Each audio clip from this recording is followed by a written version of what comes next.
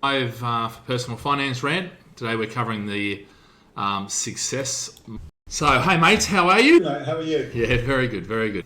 So today we're going to take it a bit further, the tips, but I guess today what we want to really do is get into some things. Now the whole thing with this is that you and I have different models about other people about doing it. And I think the key is if we can, come up with, show different models, but I guess really what the person has to do is find their own model and find what works for them. And I think that's the key to this is if you find what works for you and then do it in a disciplined manner, that's the key to success here. It's not necessarily prescriptively following everything we say, exactly to the letter. Would you agree with that? Yeah, I would have different models between ourselves. I'll listen to something that you say, wow, that sounds like a good idea. I'm going to try that, and vice versa. All of these things are what I call work in progress. You hear what other people are doing. If it sounds like it fits you, your personality, you take that very. You've got to pick one.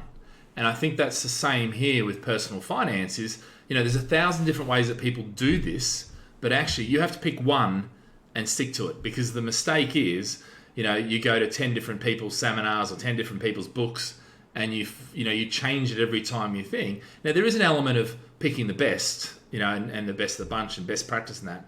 But I think, you've got to really adapt it to what works for you. And once you find that, stick to it. Yeah?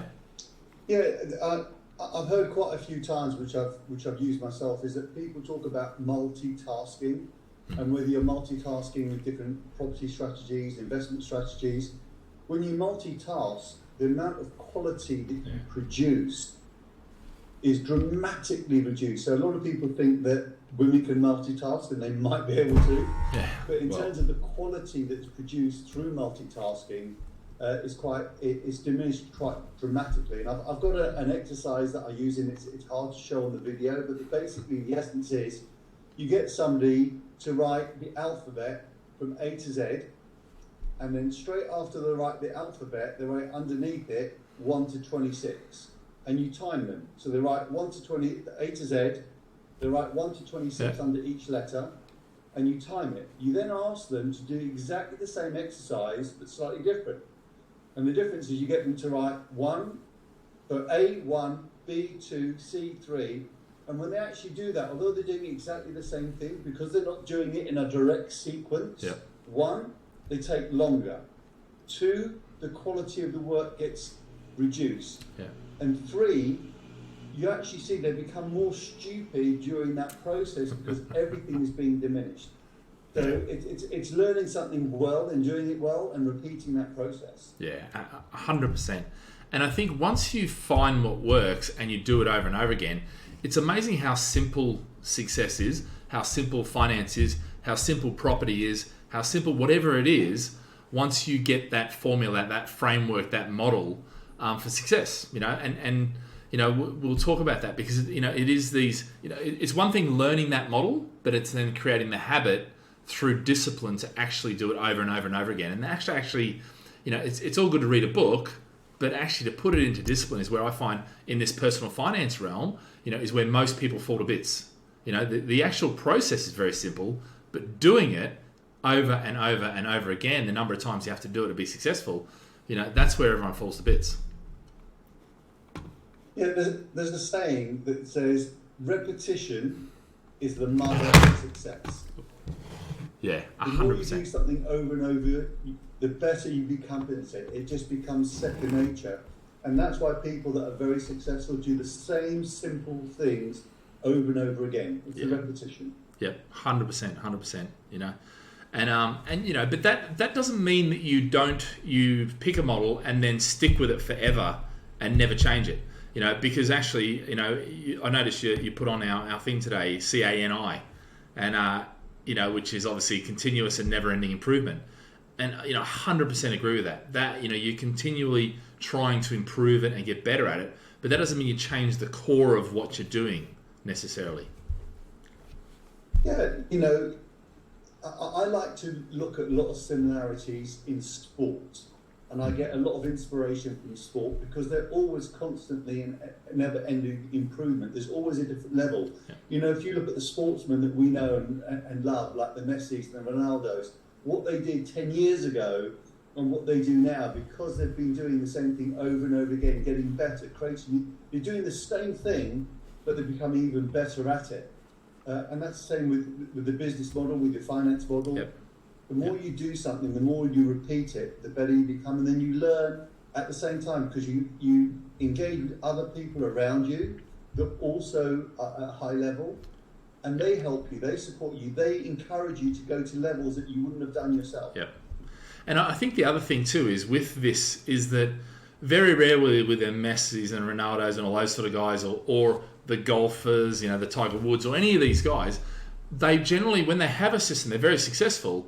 The last thing they're going to do is all of a sudden do a total U-turn and change everything. They're going to do, change slightly. And if they find that they're not getting the result, then they'll probably go back to where they were and then try it again. They're constantly trying. It's the same in marketing. We talk about test and measure. So you have what works, but then you go and you take some of your marketing budget, you test it in something new and get that working. And maybe it doesn't work, so you stop that and put it into something else. And so this is, you've got to, all these success principles come to bear on your personal finances, and they work towards this model. So I guess, so let's just introduce the model. And so this is, what we're going to do is, this is kind of my model, but the interesting thing is when I showed this to Immanuel, he basically does virtually the same thing. He probably uses different words and things like that. And he, there's slight differences, but it's amazing how similar, his thinking is to my thinking. And so, really, the one of the key things is with the success model in your personal finances, is getting control of your finances is about discipline. It is about that, doing it over and over and over again. Yeah. And then, the model that I use is reading, tracking, routine, creating a routine, and then reviewing.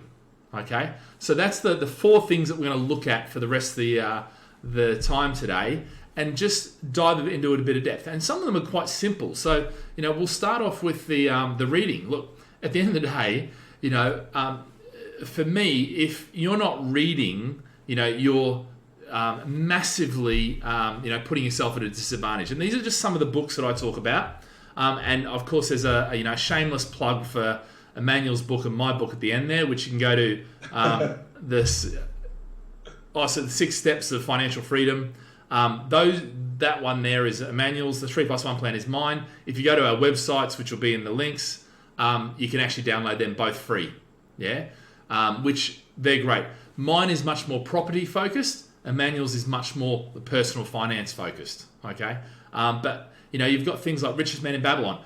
I love that book. It's a small book. It's a story, but it absolutely, when I want to go back to basics and when I might take a kick in the teeth with the finances, I go back to that book because it just refocuses me, and I can't recommend that book enough. Are you into that book too, Immanuel? All the books that you've put up, I absolutely love. In fact, all of those books were the catalyst for my changing my whole mindset. I was a young guy. I was actually given the richest man in Babylon, and it was like, boom. All of a sudden, my mindset about how money is created, about wealth, about the things that you need to do on a regular and a consistent basis, the small steps that you do over a long time make a massive, huge impact over a long time. So, the richest man in Babylon, Rich Dad, Poor Dad, Think and Grow Rich. I cannot highly recommend those books enough. And also The Secrets of the Millionaire Mind. They're all books about one mindset and teaching about money and the fundamentals. Rich Dad, Poor Dad is literally between a rich dad and a poor dad, with the same kid having an education, showing them between his real dad, who was the poor dad, and his surrogate dad, who was a rich dad, and teaching the different principles. And I love that book. It probably is one of the best books I've ever read to give you an understanding between where wealth is created, between whether you're an employee, whether you're self-employed, or where the real wealth is created as a business owner and an investor. So I think these books 100%. Are amazing. And if you're not great at reading, go on Audible, download them. You'll still get the same information. You'll be inspired just as much. For many years, I would have read over 1,000 books without a doubt. But it's interesting. I used to read books, and for many years I stuck to my to my books. And, so I'd sit there reading them. And then I was a real snob when they started to introduce, Audible and what was the other one? The Kindle, and, I stuck to my books because I loved, underlining them and doing all that sort of stuff. But actually now, to be fair, last year I read 92 books in 1 year. Yeah. And actually I didn't read them. I listened to them. So pretty much when I go from Singapore to Australia or Singapore to the UK and back, or when I'm traveling in between, which sometimes can be 32 hours or whatever, if I stop over in Vietnam or something like that, I literally have my earpieces in and I'm listening to Audible books,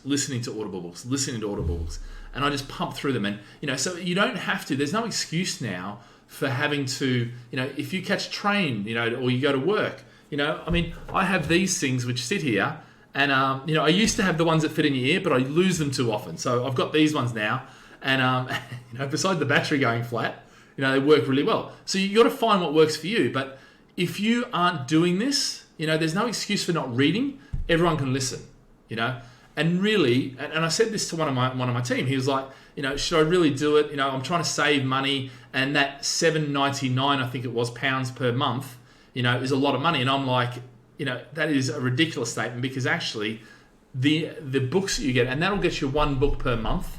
And then I generally spend, I think it's another $18, so you get 3 credits for £6, on top of that. And, and so I just end up consuming this, and it's amazing. I don't know. Are you an Audible person too?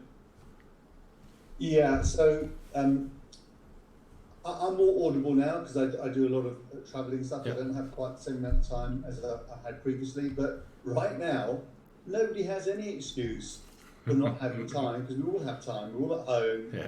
We're all at home. We've got time to read. We've got time to increase our education through Audible. And more importantly, as we learn, we have that ripple effect of how we help other people around us, help them with their finances, help them with their mindset. We've talked about this previously. We're all in this together, and we have a collective responsibility to help each and every one of us as best as we can. And we increase our knowledge, our information, our financial IQ. We're able to help our friends and family accordingly. So yeah, I'm into it now too. So every single day, I have my earphones. I also have YouTube, and I'm listening to information every day from multiple people to increase my knowledge, increase my awareness. So yeah, I'm doing it all the time. Love it.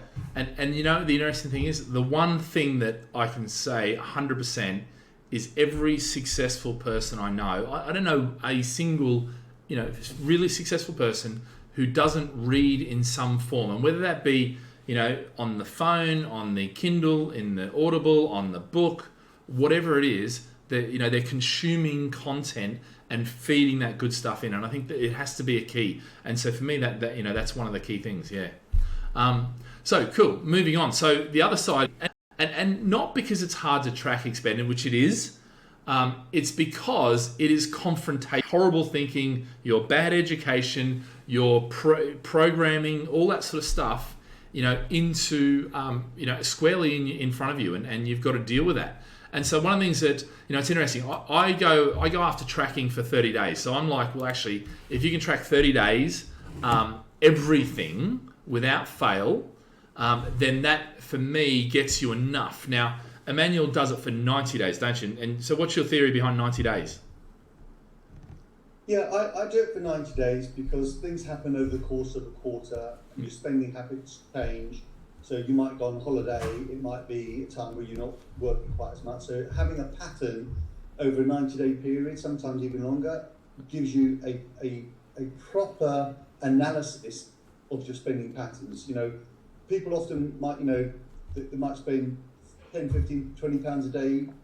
That doesn't sound like a lot of money, but if you're doing that every single day for a month, that's £600, $600, it's just gone. And you do that in lots of different areas. You might have car insurance, or you might have building insurance, or you might have your gas, electricity, which is paid on a quarterly basis. So doing it over 90 days allows you to track your true spending so you can analyse it properly. Yeah.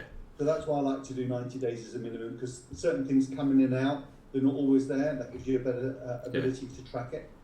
And so I go for 30 days because the way I look at it is, a lot of the technology is available now where you can actually import through. There's lots of apps and there's lots of abilities to export your bank statements into an Excel spreadsheet, all this sort of stuff, So you can actually pull all that information in, for the previous 12 months. And so that's one of the things that I would do, because there's one thing to look at the past, but there's also one thing to track in the moment, because it's amazing how quickly, when you're tracking every expense, and I had this with my brother, I actually got him to track. He couldn't work out where his money was going. And when I looked at it and when we started talking about it, I realized that he owned a tree lopping business and he was spending so much money on iced coffees every day. I can't remember the figure, but it was something like $300 a week on iced coffees.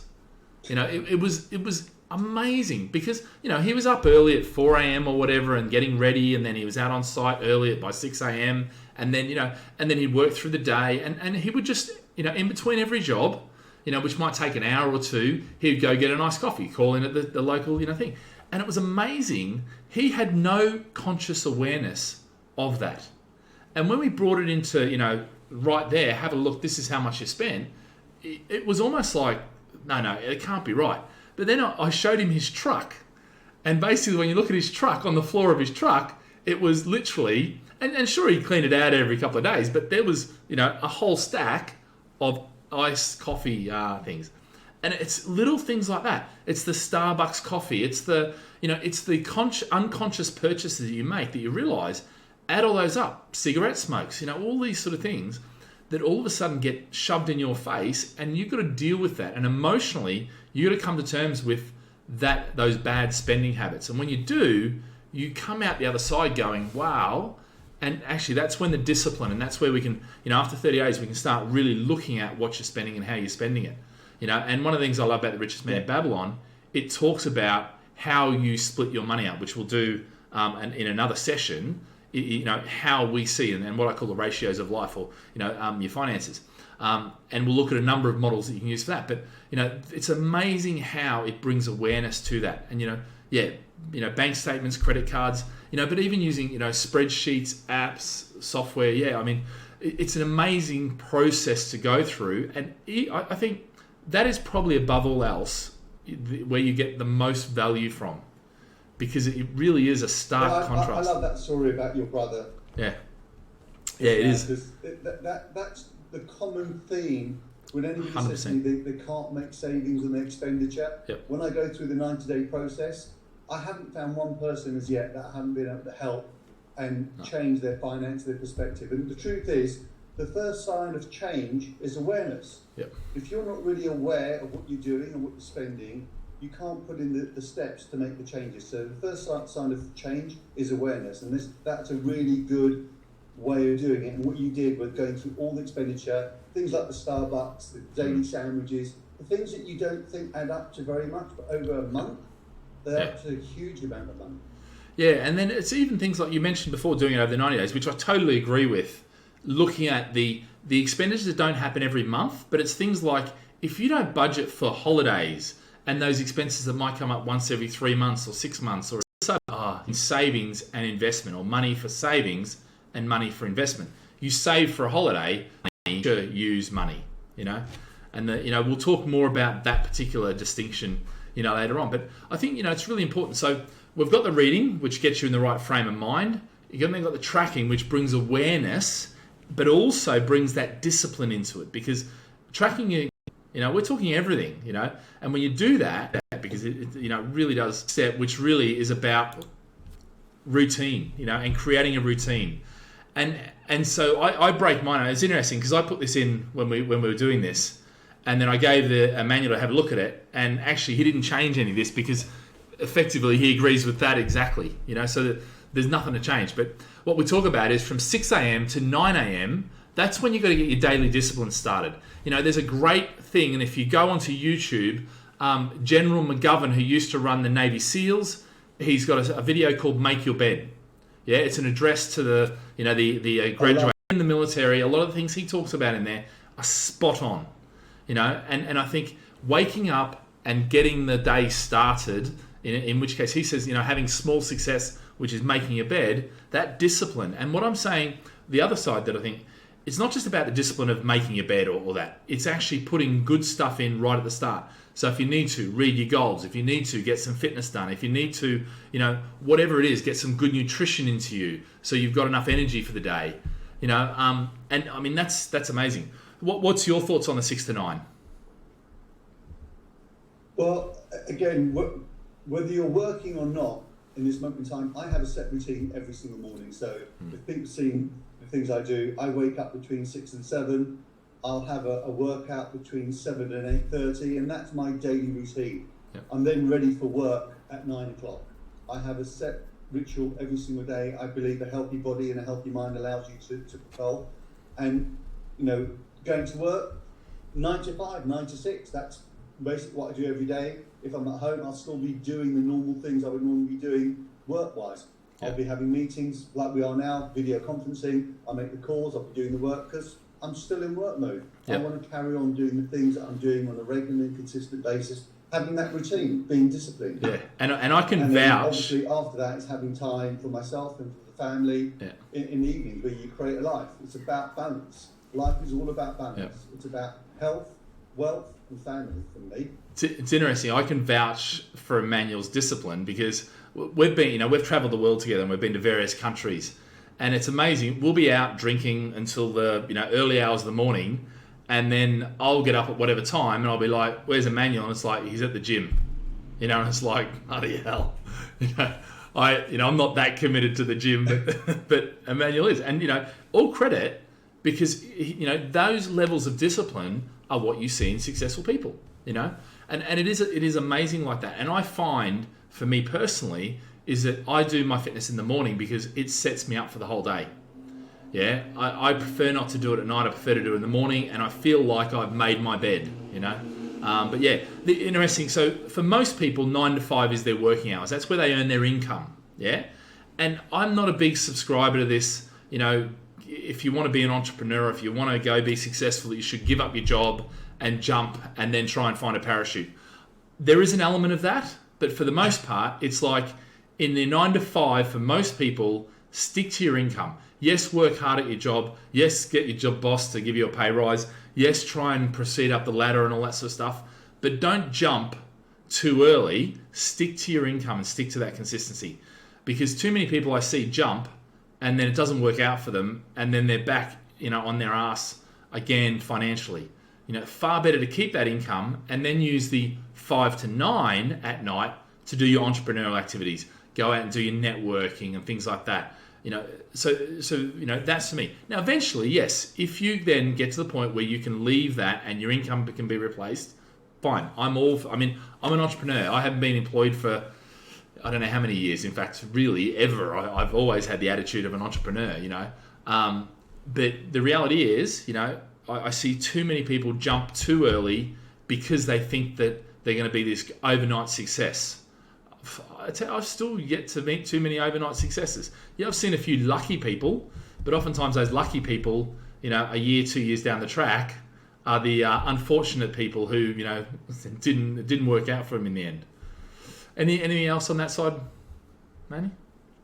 Yeah, I confirm with you to do with the income and not jumping ship. The truth is, if you actually simplify your life, you simplify your expenses, you know how much money's coming in, how much money's going out, and you put in place what I have as part of mine is having what I call an emergency fund that allows you for between 3 and 6 months of all your living expenses be affecting you, because that's where you're built up. So the people that are really being affected, and the truth is very few people have anything more than 1 or 2 weeks worth of savings. Whereas if you actually plan your finances properly and accordingly, you can put in reserve a 3 to 6 month emergency fund and still live off your income. The trouble is most people live as if they earn twice as much as what they have, whereas wealthy people live as if they earn half as much as what they earn. And that's really the difference. It's a mindset and how you use your money. So hopefully over the next few videos, we're going to talk about how I've got my financial wheel, that you've got a slightly different concept with well within your means. So that's really quite important. We'll give some tips and formulas. I've got a couple of games that I'll be doing with my son about reducing our overheads a little bit even further, which I'm going to share over the next sort of few videos. It's really fun to do. You get your kids to participate. They earn some money out of it. You make some savings out of it, and it's fun. So it's like a mini kind of monopoly that you play around the house. And I think if you can treat this as a game, but it's a serious game, and actually you're right. If you can get your stuff within your means, and I think the real telling thing, and it's amazing to be doing this video right now in this situation where most people's incomes have been wiped out to a degree. Thankfully the country, the government has walked in and provided a parachute. But what I've found amazing is the conversations between my mates who are financially competent and financially responsible, and my mates that aren't.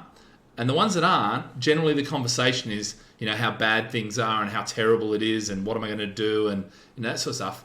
The guys who are financially responsible, their conversation is much more, how do we take advantage of this opportunity? What can we do to, when we come out of this, to be back at it? I mean, look, one of my businesses has gone to basically, zero overnight, and not only just zero, the sales we made the first month, this is a property sales business, the sales we made 1 month, realistically of it, but opportunity. And today about waiting to come down in Australia, and there's a whole host of reasons. I'm not going to get into them now, but that's the sort of conversations you want to be having. If you do this and you prove it through your disciplines and your stuff, you will get to that point. So yeah. No, cool. If you look at people, what I call the best, most prolific investors in the world, like Warren Buffett, he's going to say, always do the opposite of what the masses do. Yeah. There's more money to be made in a downward or sideward market than is an upward market. So being prepared right now, educating yourself, understanding all the different opportunities might happen. So like yourself, Brett, my 3 main areas of businesses are almost devastated right now. So I've invested in the hospitality in the hotel sector. Yep. Got a huge amount of money invested in that. They're all shut. I'm a landlord, and a lot of the tenants aren't paying rent. So that's an issue. And the other side is I'm a developer. All my sites are shut. I'm not going to have people working on sites where it's going to affect their health and people around them. So we've taken a very painful decision, but to close all of our sites during this period of time, because we think that's the right thing to do. So every single area of my main income source is really devastated right now. So now we're looking at how do we look at the opportunities that will present themselves to allow us to come out of this so we can flourish going forward. So there is a different mindset, and every adversity has a possibility to turn into a positive. So that's what we want to look at. And I think one of the reasons we're doing this now is because now is the time to confront your demons with regards to your personal finance. So it doesn't matter what you've done in the past. This is the moment that you can make change. There is only one, point of power, and that is now. Yeah, not the past. That's in the behind. Not the future. That's a dream. It's right now. You can make and change and be whoever you want to be going forwards. And that's why we want to give you this, the quality information. If you follow this, it's amazing how quickly. Looking forwards, you may be going, this is going to take forever. But I can guarantee you, when you turn around, you look back after having done this, it will happen in an instant. And that's that's the amazing thing. So so we've got the reading, you've got to do that. We've got the tracking, got to do that. And then we've got the routine, 100% have to do that. And then so the next step is the review. Yeah, and it's interesting because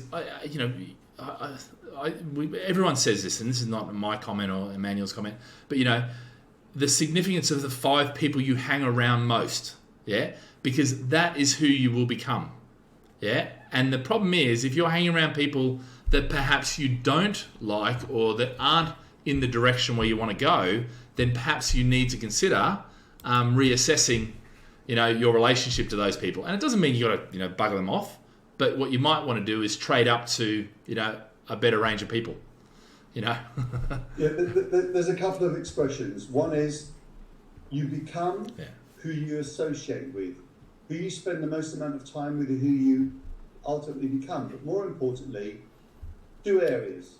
One, you are a sum total of the 5 people you spend most of the amount of time with. One, income-wise.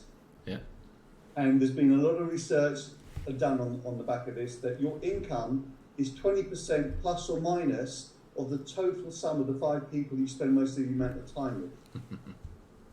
That's really quite significant. And also, in how you socialise and how you are, you're a sum total of the 5 people you spend most of your time with. So, you know, one of my blessings is that I have some great people that I spend time with. Yep. You're certainly one of them, as you know. So I want people And that's vice going versa, to make me a better version of me, and you certainly help me do that. Yep. We have other colleagues that we know that are joint colleagues that do the same thing for us, because we're always looking at ways how to improve who we are.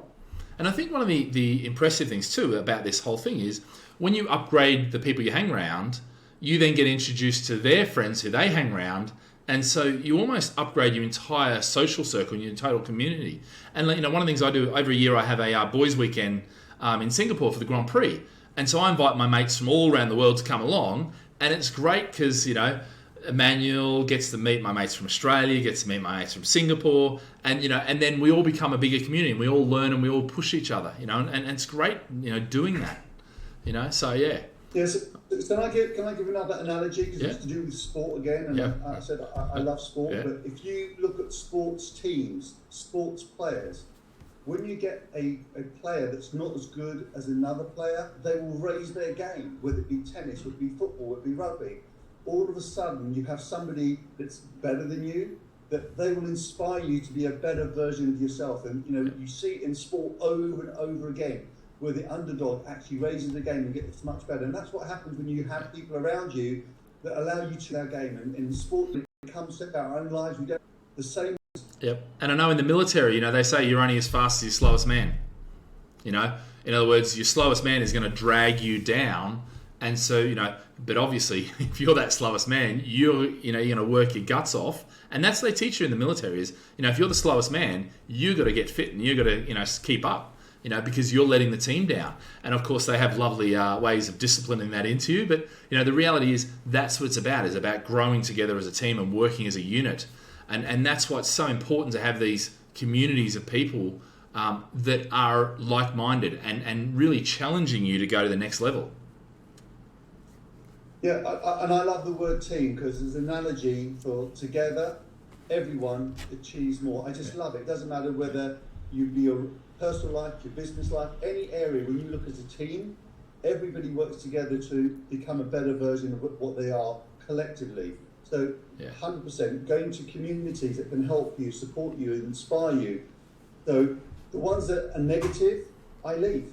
Yeah. I want things that are going to be able to inspire me, to motivate me, to propel me in the current situation. I want my focus to be nothing but positive. And it's so true. I mean, the conversations that I know we have, and you know, and the mates that we hang around, and that, it's amazing how, you know, the conversation you have. There's so many times you get those distinctions, those pearls of wisdom from just simple conversations. And it can be, you know, in your industry or in the thing you're working in, you might have an answer they don't have. And it's simple for you because you've been applying it for years, but then you'll give that and all of a sudden they'll go, hey, that's going to work in this situation. You're a genius, and vice versa. And that, you know, it happens. So it's that filtering, that osmosis, you know, from hanging around. It works so well, but you've got to have the right people around you, you know, and part of it is, you know, mentors as well, because, you know, people who you look up to. And, you know, it's interesting. I'm on one of my WhatsApp group with a couple of mates in Australia. And, you know, one of those guys has made, you know, I won't say how much, but it's a substantial amount of millions. And he's just at the point of retiring, you know, and that's, when I say that millions, that's this last year, you know. So, you know, he's, you know, done very, very well. But I love being around that guy because he teaches me about business. And just from the things he says, I think, how can I apply that to my business? And I'm constantly, whenever I'm there, how can I apply that to my business? How can I apply that to my business? And then a lot of times I'll take a question. I'll say, hey, what should I do here? And a lot of times his answer will be, I'll go and speak to this person, you know, or actually he's the person to speak to. And then I'll go and speak to him. And it's amazing how, you know, they will freely give their time because they respect that person. And if they've referred, then you automatically get that respect, you know, and that's the real power, you know, of that. I like to use a different word to mentor. Yep. And the main reason that is a lot of people don't understand mentor. But when you talk about sport again, if you're a football team, they're going to have many coaches. Yep. They're going to have a coach for their fitness, one for their nutrition. They'll have different coaches in different areas to help them get them better. So any sports person is going to have a coach, a mentor, to get them to another level, because there's always another level. Without having that coach, without having that person, you won't go there. And that's what a mentor is, or a coach is. There's something to help you get to a level that you wouldn't necessarily get yourself, and more importantly, get you there much faster. Yeah, totally. That's what it's there for, because they have the knowledge, they have the experience, they've trodden your path, and they're able to help you get to where you need to get to much, much faster. Accelerate the process. Yeah. So that's why I often change the word from mentor to coach. Yep. And people seem to get it. Again, when you put it towards sport, people understand in all sports, you're always going to have many coaches in different areas to help you. 100%. In business and in life, you also need coaches to help you and inspire you. Yep, and I know with my real estate business, I had coaches, mentors, whatever word you want to use, is fine. But for various things. So I learnt residential and mortgages from one, and I learnt commercial property from another. And the reality is, I didn't take too much advice on the residential side from the commercial guy, and the residential guy knew a bit about commercial too. But so that is you pick your mentors, and if you want to head in a direction, that stage, I still wasn't sure whether I was going in that direction or that direction. In the end, I went the residential route, and that's partly because I moved to the UK, and it was it was an easier in. But I could have just as easily been a commercial industrial person, realistically, because of the coaches and mentors that I had. So I think it's really important, that you get. You read, that puts the good information in, gets you in the correct mindset. And even when, you're having a crappy day, or, everything's turned into crap outside, you jump into a book, and all of a sudden, it free-frames you. Yeah. You've got that. Then track your expenses. Put your demons in front of you and address them. Yeah. Because you have to. Get a routine together that works, and that means that you're covering the important stuff. 80% of your results come from 20% of your focus. That sort of Pareto principle type thing. Yeah. And then, make sure you're reviewing constantly, making sure you're heading in the right direction. And that's a function of writing down goals, which we can talk about in a later session. But, writing down goals and then constantly reviewing, that you're heading in the right direction for them, and getting feedback. I mean, I've always said, there's a poem called The Road Less Travelled, and everyone thinks it's a lovely romantic poem and great. But the reality is, if you've got the choice of taking the road less travelled or the superhighway that gets you there a lot quicker, and where there's lots of people that can tell you how to do it, I know which one I'm taking. Maybe on a Sunday afternoon where I'm out for a stroll and I don't really care where I end up, I'll take the road less travelled. But otherwise, I'm going to find someone who's already doing it, and I'm going to sit on their shirt tail, and I'm going to hold on for dear life. And I'm going to ask lots of questions, and, well, I'll get there a lot sooner. Yeah. Yeah, and, just talking about the internet, we're living in a world where everything wants to be fast-paced. So we understand about the internet, we want the fastest kind of connection, we want fast food, we want everything instant. Yeah. But when it comes to our own finance, our own personal stuff, for some reason, we take the slow route, when you can take the highway. So, again, like you, I'd like to take the highway wherever I can. I want to get to my destination as quickly as possible in the least amount of pain. 100%. Look, the other side, and the final thing that we'll talk about is just inspiration. And this is not, I didn't put this in the thing. It's not really part of the process. But I think the amazing thing is, if you look around right now, and this is not just right now, this is actually always. If you surround yourself with the right people, it is amazing the togetherness of purpose. Where, most successful people, whether you're doing property or, I have guys that do payroll, I have guys that do money lending, I have guys that do, property portals, building, I can rattle off hotels, 100 different things.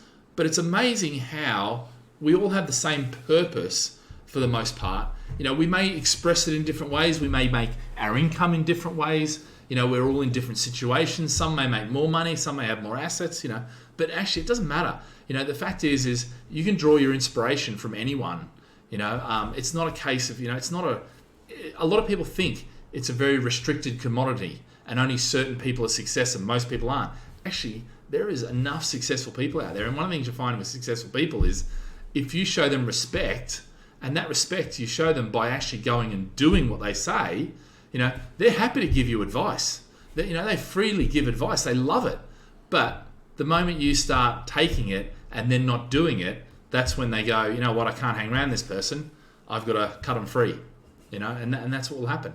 But look, there's an opportunity now for, rediscovering life outside the grind. We've all been focused on just, grinding and grinding and grinding, and actually we've got this pause now, this pause button, rediscover life. And that means rediscover your personal, finance, rediscover your relationship with money, rediscover, look at what, the program you got from your parents and your teachers, your schools, and all this sort of stuff, your early mentors in jobs or whatever.